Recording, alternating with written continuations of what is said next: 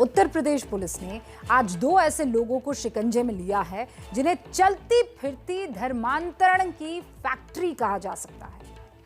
ये लोग अब तक 1000 लोगों का धर्मांतरण करा चुके हैं। इनके निशाने पर मूक बधिर स्कूलों में पढ़ने वाले बच्चे, महिलाएं और बेरोजगार युवक होते थे। इनके रिश्ते आईएसआई से भी जुड़े होने के सुराग मिले हैं।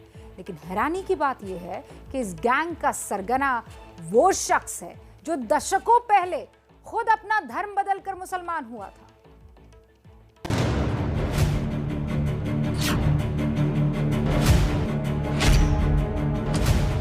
धर्म के नाम पर अधर्म का धंधा, धर्मांतरण के नाम पर आईएसआई की फंडिंग।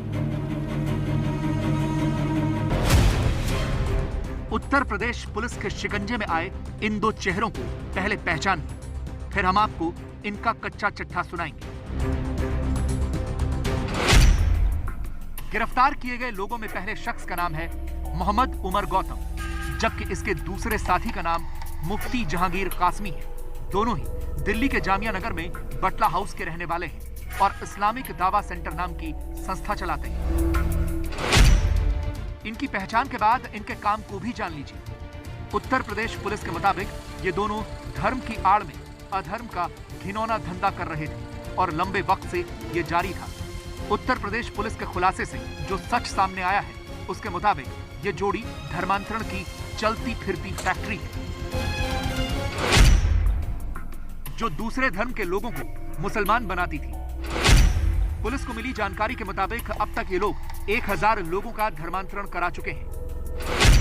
ये अपनी संस्था इस्लामिक दावा सेंटर की आड़ में धर्मांतरण का गंदा खेल करते थे। इनका नेटवर्क दिल्ली, नोएडा और कानपुर समेत देश के कई हिस्सों में फैला हुआ था।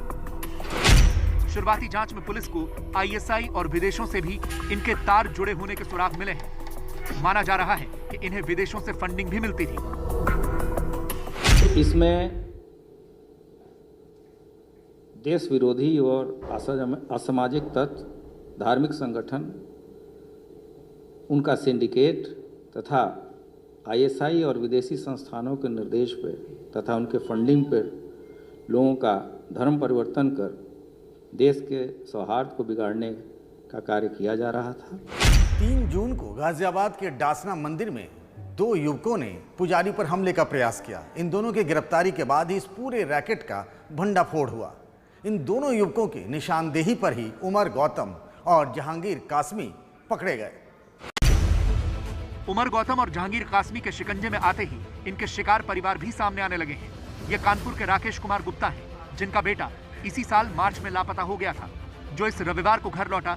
इस बीच उसने एक वीडियो कॉल करके ये बताया था कि वो केरल में है। राकेश का कहना है कि उनके बेटे को पैसों का लालच देकर ब्रेन वॉश किया गया और उसे मुसलमान बना दिया गया। ऐसा ही एक मामला गुड़गांव से भी सामने आया है।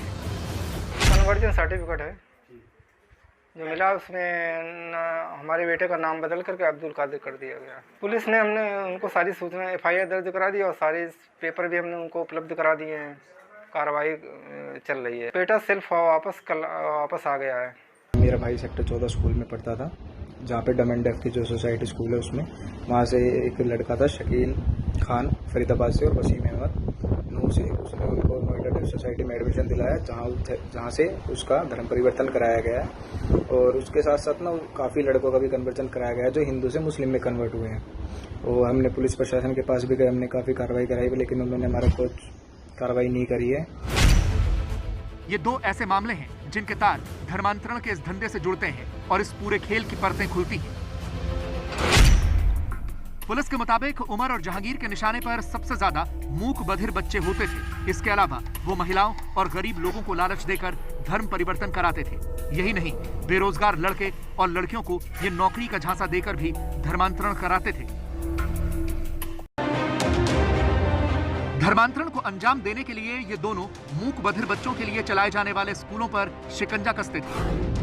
गुरुग्राम के मन्नू यादव के मामले की तलाश में सामने आया कि नोएडा के एक मूक बधिर स्कूल को इन्होंने अपना शिकार बनाया था। मन्नू यादव नोएडा के इसी स्कूल में पढ़ता था। हमारे मूक एवं बधिर बच्चे हैं, उनका भी धर्म परिवर्तन कराया है।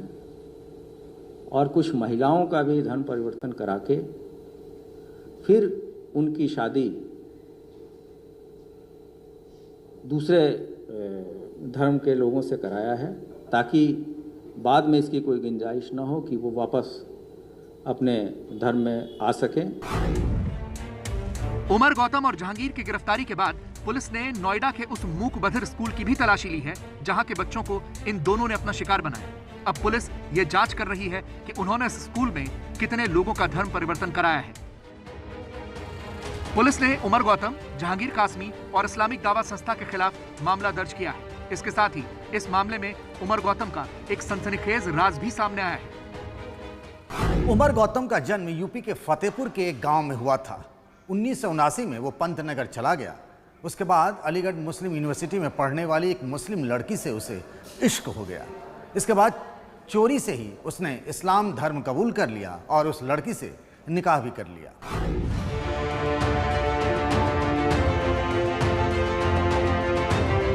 लेकिन अभी कहानी खत्म नहीं हुई। मुस्लिम लड़की से शादी के बाद उसने अपने परिवार में छिपा ली थी, इसलिए परिवार ने इसकी शादी कर दी। घर वालों ने उमर गौतम की शादी फतेहपुर के राजपूत परिवार में की थी। पत्नी का नाम राजेश कुमारी था। शादी के बाद मुस्लिम लड़की से शादी की बात पता चलने पर काफी हंगामा हुआ। बाद में फैसला हुआ कि राजेश कुमारी और दोनों बच्चे हिंदू ही रहेंगे। लेकिन उसके बाद उमर गौतम पत्नी और बच्चों को दिल्ली लाया और अपनी पत्नी का धर्म परिवर्तन कराकर उसका नाम राजेश कुमारी से रजिया कर दिया। बेटी का नाम तकदीश फातिमा और बेटे का नाम आदिल उमर कर दिया। उमर गौतम के पिता का नाम धनराज सिंह गौतम है। उन्होंने अपने बेटे का नाम श्याम प्रताप सिंह गौतम रखा। लेकिन श्याम प्रताप को कुछ और ही मंजूर था। वो श्याम प्रताप से उमर गौतम बन गया। पिता ने उसे हिंदू बनाने की बहुत कोशिशें की, लेकिन जब वो राजी नहीं हुआ तो परिवार ने उमर से सारे रिश्ते तोड़ लिए। और उसके बाद मानो ये जो श्याम है ये कोशिश करता रहा कि बाकियों के भी रिश्ते तोड़वाएगा और धर्मांतरण करवाएगा।